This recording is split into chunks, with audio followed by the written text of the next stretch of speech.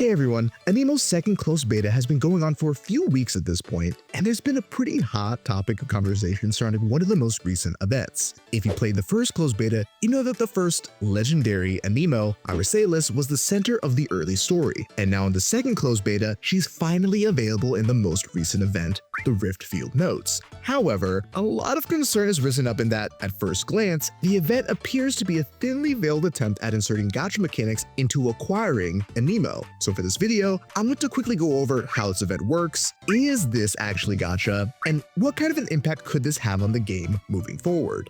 Also, I have a few more Aniimo videos in the works, so consider subscribing to make sure you don't miss any. Now, in order to talk about identifying if this event is actually gacha, I just first want to make sure we're all using the same definition. Otherwise, any conversation surrounding the event isn't going to make any sense. So for this video, and I guess any mentions of gacha on this channel moving forward, I'm defining gacha as using a currency that can either be acquired in-game or through monetary means to attempt to acquire a playable character. Some quick and popular examples would be using Primo Gems in Genshin Impact to pull for characters, or using Astrites in Wuthering Waves to pull for characters. I mean, if you want to get really technical, you're converting those currencies into an item for a pull, and that'll actually matter a bit later. Now, with a definition of gacha established, how does the Rift Field Notes event work? Well, you'll have a legendary Aniimo that you can encounter. In this case, it's Iris. Now, to participate, you'll need to spend something called a crevice beacon. By doing so, you'll be able to battle the legendary Aniimo, and after defeating them, enter what's called the calming state. During this calming state, you'll have roughly 30 seconds where you can throw your available Anipods to raise the legendary Aniimo's calmness level. There are 5 total calmness levels. Level 1 requires 5 calm, level 2 requires 10 calm, level 3 requires 15 calm, level 4 requires 20 calm, and level 5 will require 30 calm.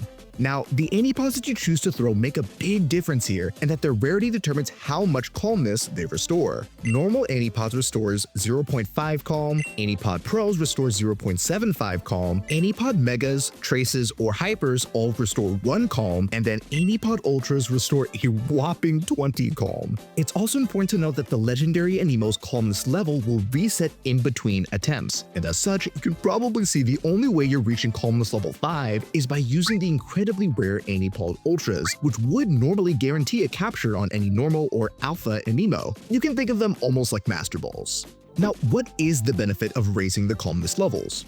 Well, every calmness level you reach gives you set rewards. Pearl Cascades, which function as your pity for the legendary Aniimo, and you need 99 of them in order to buy the legendary from the shop. You can also receive prismatic stone fragments, which you can combine to form prismatic stones that enhance an Aniimo's core skill, giving it bonus effects. Furthermore, and most importantly, every calmness level threshold you reach gives you a percentage chance at catching the legendary Aniimo. Calmness levels 1 through 4 have a 0.25% chance at catching the legendary Aniimo, while calmness level 5 has a 0.5% chance at catching the legendary Aniimo. If my math is right, you'd have roughly a 1.5% chance to catch Iris, assuming you hit all 5 calmness levels. So with odds that low, most players are going to need to reach the 99 Pearl Cascade Pity to buy the legendary Aniimo. Not me though, I hit those odds every time.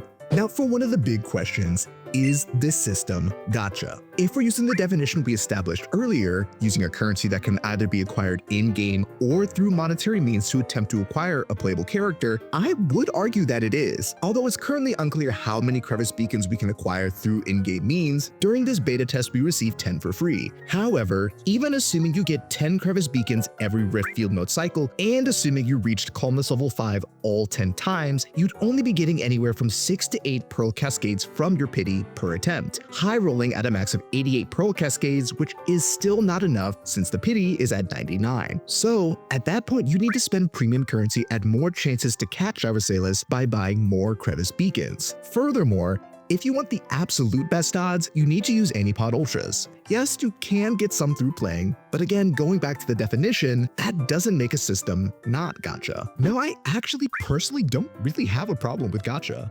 I mean, you can look at my channel and tell. However, I can see why people would be upset since the devs are on record talking about not introducing gacha in obtaining Aniimo.